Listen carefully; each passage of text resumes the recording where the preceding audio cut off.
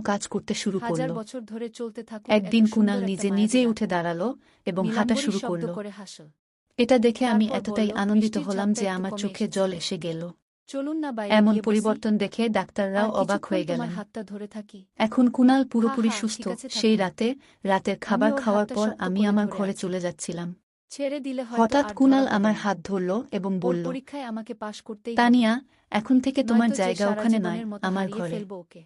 তুমি আজ এমন থেকে একটা আমার ঘরে মানবীকে থাকবে। কখনো এই হারাতে বলে দেয়া সে যায় না। আমার হাত ধরে আমাকে খুব তার শক্ত ঘরে নিয়ে করে গেল। ধরে রাখলাম ওর হাত। ঘরে প্রবেশ ও করতেই উঠে দেখি দাঁড়িয়ে তাজা বলল, গোলাপের বারান্দায় সুগন্ধ যাব। আমার নাকে এলো। ওখানে দাঁড়িয়ে পুরো বৃষ্টির ঘরটি শব্দ যেন শুনবো। নতুন বউয়ের মতো সাজানো আচ্ছা ছিল। চলো।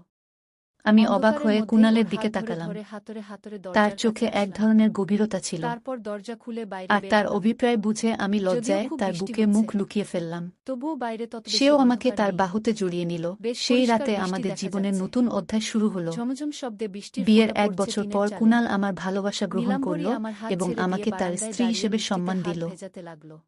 আমি কুণালের আমিও সঙ্গ গিয়ে ওর পেয়ে পাশে অত্যন্ত দাঁড়ালাম। আনন্দিত হলাম। বৃষ্টির পানি ধরার ঘুমিয়ে চেষ্টা থাকা করলাম। কুণালের মুখে এক অদ্ভুত নীলাম্বরী কয়েক নির্দোষতার ফোঁটা ছাপ পানি ছিল। আমার গায়ে ছিটিয়ে দিল। আমি তার মুখের দিকে আমিও তাকালাম, একই কাজ আর করলাম। আমার হৃদয় ভালোবাসায় বেশ ভরে গেল। কিছুক্ষণ ধরে চল এই খেলা। আমি নিজেকে প্রতিজ্ঞা করলাম, দুজনে সারা দুজনের জীবন গায়ে পানি কুণালের ছিটিয়ে পাশে দিতে থাকব। লাগলাম।